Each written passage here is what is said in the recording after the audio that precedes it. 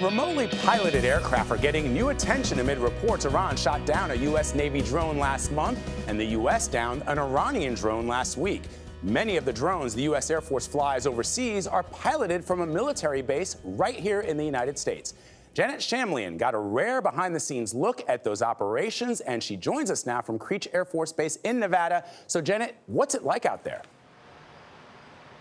Vlad, good morning. Well, Creech is deep in the desert. It's about an hour's drive from Las Vegas, and when you get here, this is what you'll find: a hangar filled with the aircraft's fleet of drones. That, by the way, is a term the military does not love. They prefer remotely piloted aircraft, but whatever you call it, the Reaper, this plane specifically, which has been in the headlines lately, has become an all-star in the military's war on terror. Hours before first light, engines spool up. Final checks are made, and the Reaper is out to the runway. Oh, I see it. But the team at the controls is a mile away, in a room that's effectively the plane's cockpit. This is the aircraft they're flying across the Nevada desert.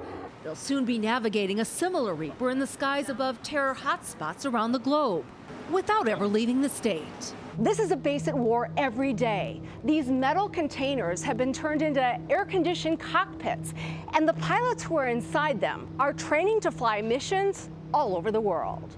600 pilots and 350 sensor or camera operators work in teams around the clock. You go for the air conditioning unit. Averaging 6 airstrikes and 1,000 combat hours every day. The act of taking a human life, the act of supporting guys on the ground is as stressful as it was sitting in an F-16, regardless of the distance in between the two airframes. Major Bryce is a combatant in the sky 8 hours a day. So even like right now, we could turn the laser on, I could turn in, and we could fire another missile. Sometimes dropping Hellfire missiles or precision-guided bombs on high-value targets. Well, our job is to be in the mental model knowing that we could jump right into the seat and something could happen. He says being close to home makes him a better pilot.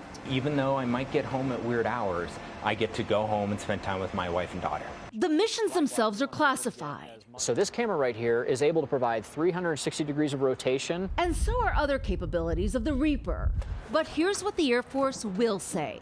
The planes are protected against threats that could try to jam the satellite signal between pilot and plane.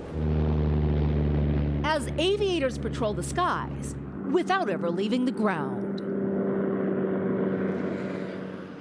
It takes about a year to train one of these pilots. Of note, France, Australia, Spain, they all use this facility to train their RPA pilots.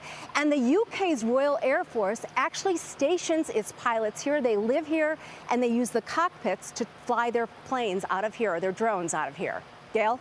Wow, Janet, thank you very much. Really interesting. First of all, I didn't realize how big those things are. I was thinking that too, yeah. And the second thing is you hear that guy saying goodbye to his daughter, and then he steps into that cockpit they have in the desert. He's at war. Yes. I mean, the space between your bed at home and a war zone is like that. And I've always been in awe of how young our service members are. They are so talented. They are so good at their jobs, but many of them are just in their 20s. Yes. Yeah, difficult. I'd much rather see a young person who knows what they're doing than someone who's, of advanced age. They're good at what they do. They're very good at what they do, at all ages, to be honest with you.